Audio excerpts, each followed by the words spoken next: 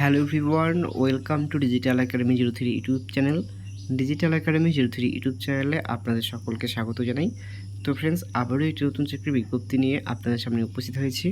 তো ইতিমধ্যে কিন্তু আইবিপিএসের পক্ষ থেকে বিজ্ঞপ্তি প্রকাশ করা হয়েছে, যেখানে কিন্তু ক্লার্ক পদে কিন্তু নিয়োগ করা হয়ে থাকবে।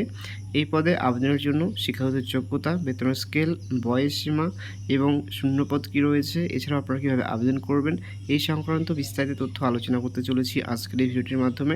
তো আপনারা ভিডিওটি প্রথম থেকে শেষ পর্যন্ত দেখতে থাকুন। আর আপনারা যদি আমাদের চ্যানেলটিতে নতুন ভিজিট করে থাকেন, তাহলে অবশ্যই আমাদের চ্যানেলটিকে সাবস্ক্রাইব করে পাশে থাকা বেল আইকনটিতে প্রেস করে রাখুন এরকম লেটেস্ট চাকরির আপডেটগুলি সর্বপ্রথমে পাওয়ার জন্য। তো ফ্রেন্ডস, আপনারা এখানে দেখতে পাচ্ছেন রিক্রুটমেন্ট বোর্ড কিন্তু বলা হয়েছে আইবিপিএসের পক্ষ থেকে কিন্তু বিজ্ঞপ্তি প্রকাশ করা হয়েছে। পোস্ট বলা হয়েছে ক্লার্ক পদে কিন্তু এখানে আমাদের নিয়োগ করা হয়ে থাকবে। অ্যাডভার্টাইজ নাম কিন্তু এখানে দেখতে পাচ্ছেন। ডিপার্টমেন্ট কিন্তু বলা হয়েছে ক্লার্কিয়াল এবং অ্যাপ্লিকেশন মোড কিন্তু বলা হয়েছে অনলাইনের মাধ্যমে কিন্তু আপনারা আবেদন করতে পারবেন। টোটাল শূন্যপদ কিন্তু এখানে মোস্ট প্রবাবলি কিন্তু বলা হয়েছে 4000+ কিন্তু শূন্যপদ রয়েছে, তবে এইটি কিন্তু পরবর্তীতে তারা মেনশন করবেন, আপাতত কিন্তু এখানে ডিসক্লোজ করেননি। এরপর নেক্সট রয়েছে জব ক্যাটাগরি, বলা হয়েছে ব্যাঙ্ক জবস এবং জব টাইপ কিন্তু রয়েছে পার্মানেন্ট জবস এবং এরপর রয়েছে জব লোকেশন, বলা হয়েছে all over India. Apply form কিন্তু বলা হয়েছে পশ্চিমবঙ্গের যে কোনো জেলা থেকে আপনারা এখানে আবেদন করতে পারবেন। নেক্সট রয়েছে নোটিফিকেশন ডেট কিন্তু প্রকাশ করা হয়েছে 1/7/2024 এবং আবেদনের শেষ তারিখ কিন্তু বলা হয়েছে 21/7/2024 মধ্যে কিন্তু আপনাদের আবেদন প্রক্রিয়াটি কমপ্লিট করে থাকতে হবে। নেক্সট আমরা দেখে নেব শিক্ষাগত যোগ্যতা কি চাওয়া হয়েছে। এক্ষেত্রে কিন্তু বলা হয়েছে প্রার্থী যদি গ্র্যাজুয়েশন পাস করে থাকেন যে কোনো ডিসিপ্লিনে, তাহলে কিন্তু তারা কিন্তু অবশ্যই এখানে আবেদন করতে পারবেন।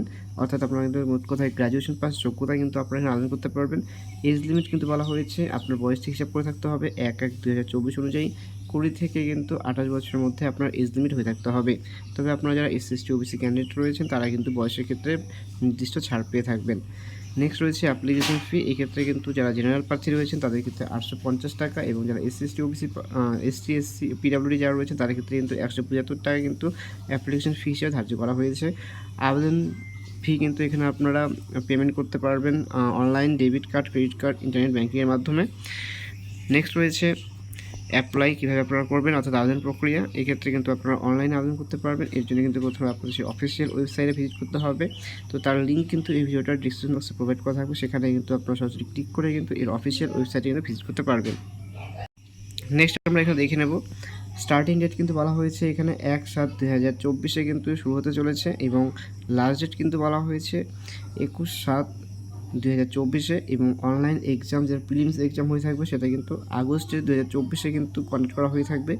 প্রিলিমস রেজাল্ট কিন্তু আপনাদের সেপ্টেম্বরে কিন্তু প্রকাশ করা হয়ে থাকবে 2024 এবং অনলাইন এক্সাম যেটা মেন এক্সাম সেটা কিন্তু রয়েছে অক্টোবরে 2024 কিন্তু এটার কিন্তু অনলাইন যে মেন এক্সাম সেটা কিন্তু কন্ডাক্ট করা হয়ে থাকবে। অর্থাৎ এখানে প্রত্যেকটাই কিন্তু আপনাদের CBT টেস্ট হয়ে থাকবে, অর্থাৎ কম্পিউটার বেসড এক্সাম কিন্তু হয়ে থাকবে।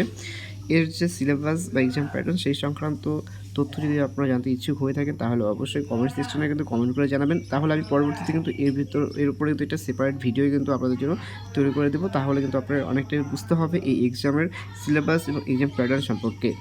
তো ফ্রেন্ডস, এই ছিল একটি শর্ট ইনফরমেশন। যদি ভিডিওটি ভালো লেগে থাকে তাহলে অবশ্যই ভিডিওতে একটি লাইক এবং তোমাদের বন্ধু বান্ধবীদের কাছে ভিডিওটি শেয়ার করে পাশে থাকবে।